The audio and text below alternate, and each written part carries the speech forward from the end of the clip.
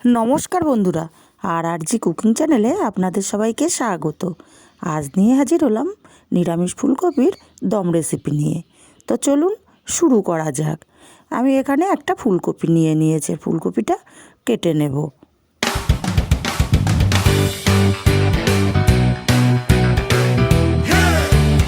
ফুলকপির ডাঁটাগুলো ফেলে না দিয়ে চচ্চড়ি রান্না করলেও কিন্তু খুব সুন্দর লাগে খেতে।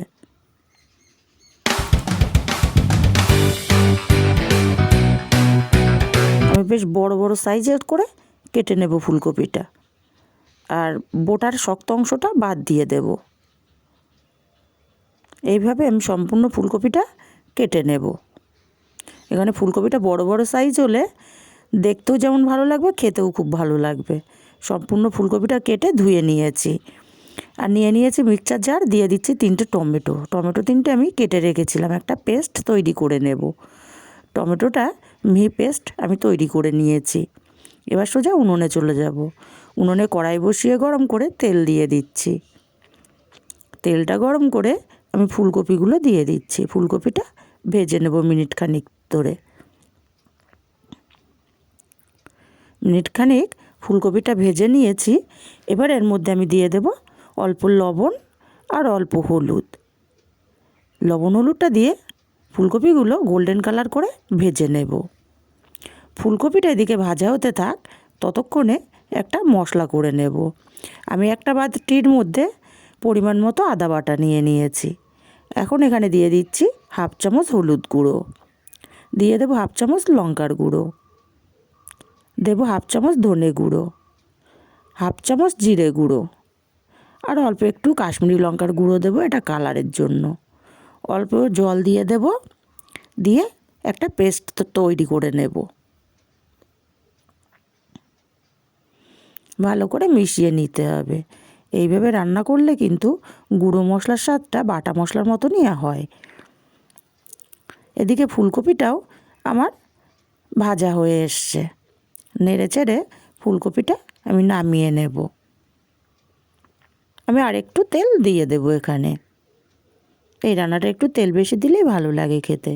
ফোড়নে দিয়ে দিচ্ছি 2টো মুখ ফাটানো এলাচ, 2টো লবঙ্গ, 2টো ছোটো দারচিনির টুকরো, আর দেবো 2টো তেজপাতা, 2টো শুকনো লঙ্কা দেব, আর দেব অল্প একটু জিরে ফোড়নে।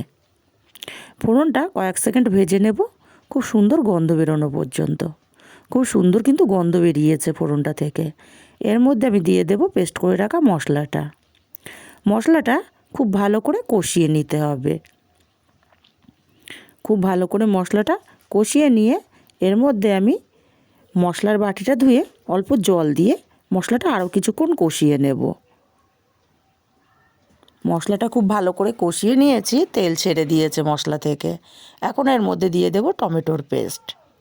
টমেটোর পেস্টটা দিয়ে খুব ভালো করে কষিয়ে নিতে হবে, টমেটোর কাঁচা গন্ধটা চলে যাওয়া পর্যন্ত। আপনারা চাইলে এখানে টমেটো পিউরিও দিতে পারেন।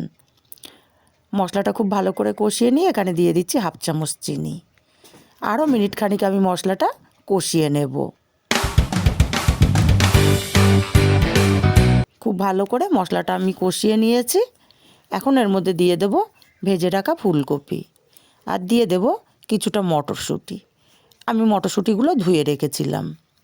এবার ফুলকপিটা মিনিট 2-3 ধরে কষিয়ে নেব।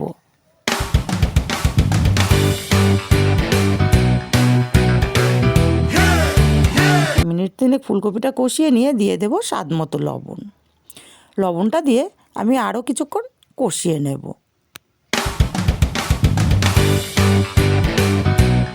টোটাল ফুলকপিটা আমি 5 মিনিট ধরে কষিয়ে নিয়েছি। এখন এখানে দিয়ে দিচ্ছি গরম জল। জলটা দিয়ে ফুলকপিটা নেড়ে চেড়ে আমি ঢাকা দিয়ে একদম লো ফ্লেমে রান্না করব 5 মিনিট।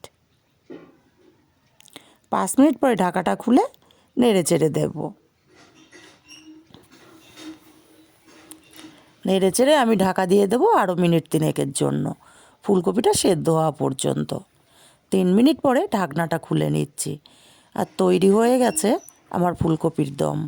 আমি নেড়ে চেড়ে এখানে গরম মশলার গুঁড়ো দিয়ে দেব। গরম মশলার গুঁড়োটা দিয়ে নেড়ে চেড়ে আমি উনুন থেকে কড়াইটা নামিয়ে নেব, আরও ঢাকা দিয়ে রাখবো 5 মিনিট। 5 মিনিট পরে আমি আপনাদেরকে দেখাচ্ছি। 5 মিনিট পরে আমি পরিবেশন করছি ফুলকপিটা। এটা ভাত, রুটি, পরোটা সব কিছুর সাথে অসাধারণ লাগে গরম গরম। কেমন লাগলো কমেন্ট করে জানাতে ভুলবেন না আমার রেসিপিটা। আর যদি আমার রেসিপিগুলো ভালো লাগে তবে নিজের আত্মীয় স্বজন, কাছের বন্ধু বান্ধবদের কাছে শেয়ার করতে ভুলবেন না।